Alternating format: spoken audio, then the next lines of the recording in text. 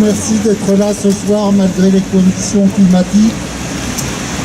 À la fin de l'année 2016, Alep Est, assiégé depuis plusieurs mois, fut noyé sous des bombes au point que les secouristes, eux-mêmes traqués, ne pouvaient plus extraire des ruines tous les blessés, piégés par les éboulements.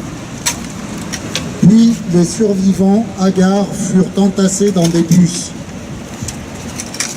Après quelques jours supplémentaires de blocage imposés par les facéties de Téhéran, ils furent déversés dans la campagne sans la moindre ressource. Les pays occidentaux ne firent rien, ou presque, pour s'opposer à la brutalité du régime et de ses soutiens, russes en premier lieu. Aujourd'hui même, une tragédie similaire est en cours dans la Ghouta orientale, banlieue est de Damas, et les mêmes acteurs gardent les mains totalement libres de réaliser les mêmes crimes, les mêmes atrocités qu'à Alep. Et demain, ce sera Idlib. Idlib, où des combattants de l'État islamique sont envoyés comme supplétifs par l'armée loyaliste. Ainsi, Assad fait ce qu'il a toujours fait, utiliser à son avantage les djihadistes, instrumentalisés comme une menace permanente pour le reste du monde. Cela sous les yeux de la coalition menée par les États-Unis et comptant de nombreux États européens. Coalition qui semble considérer sa mission comme accomplie après l'éradication géographique de l'État islamique. Depuis Obama en 2013, on a plusieurs fois parlé de lignes rouges à propos de cette guerre. Bien sûr que des armes chimiques sont utilisées, dans la Ghouta comme ailleurs. Nous en avons les témoignages, les images, les preuves. Mais, armes chimiques ou non, toutes les lignes rouges ne sont-elles pas franchies lorsque 100 personnes, dont des dizaines d'enfants, meurent chaque jour sous les bombes?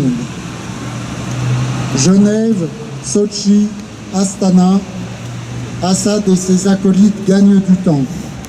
Et plus rien aujourd'hui ne permet de penser que nous allions vers la paix, encore moins vers une paix juste.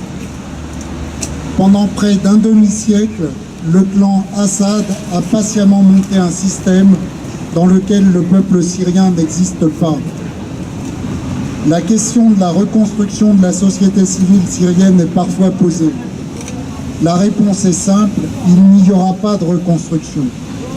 Il y aura une paix à la russe, de celle qui se négocie là-bas, pas de justice, pas de réparation, pas de droit à la parole.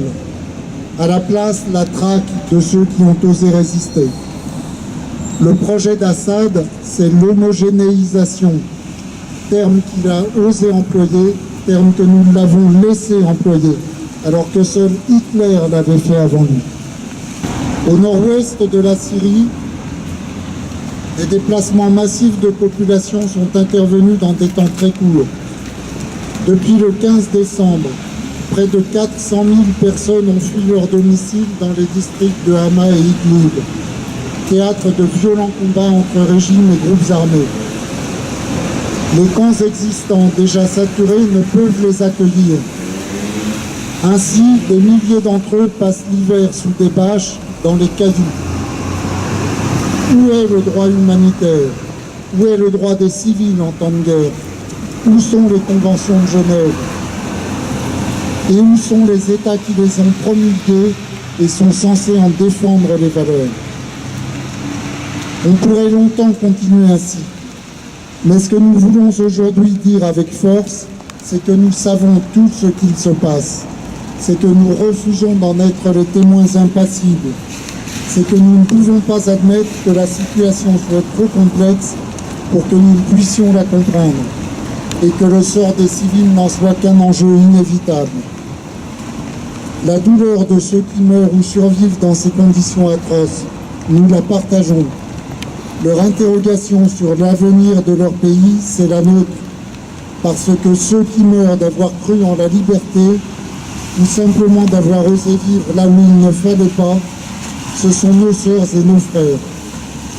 Et c'est pour le leur prouver, mais aussi pour nous le prouver, que nous sommes ensemble ici ce soir comme dans plusieurs villes de France. Je vous rappelle la plateforme de revendication de l'association Médina. Premièrement, le départ d'Assad. Celui qui a tué un demi-million de ses citoyens, démolit son pays et continue à assiéger des villes, à tuer sous les bombes et dans ses geôles, ne conduira jamais le pays à la paix et à l'apaisement, ne restaurera jamais les mécanismes sociaux. Assad doit être déposé, c'est une revendication politique bien sûr. Tous les négociateurs doivent mettre au premier plan l'arrêt immédiat et sans condition des violences, la facilitation de l'accès aux ONG, revendication qui concerne aussi la Turquie, la protection des travailleurs humanitaires, toutes les structures civiles, les hôpitaux bien sûr, mais aussi les écoles, les administrations, les dépôts de ressources alimentaires, les stations de pompage doivent être sanctuarisées. Troisième point de la plateforme, l'accès aux lieux de détention. Toutes les geôles et prisons du régime doivent être ouvertes à des observateurs internationaux et doivent être, dans les délais les plus brefs, évacuées avec prise en charge des détenus, dont la plupart sont dans un état de santé alarmant, sinon moribond. Quatrième point, la liberté de circulation. Aujourd'hui, tout déplacement de quelques kilomètres est dangereux en Syrie. Tout citoyen doit pouvoir se déplacer librement dans le pays, qu'il soit à la recherche de ses proches, d'un lieu d'hébergement, de ressources ou encore des moyens de s'enfuir. Merci.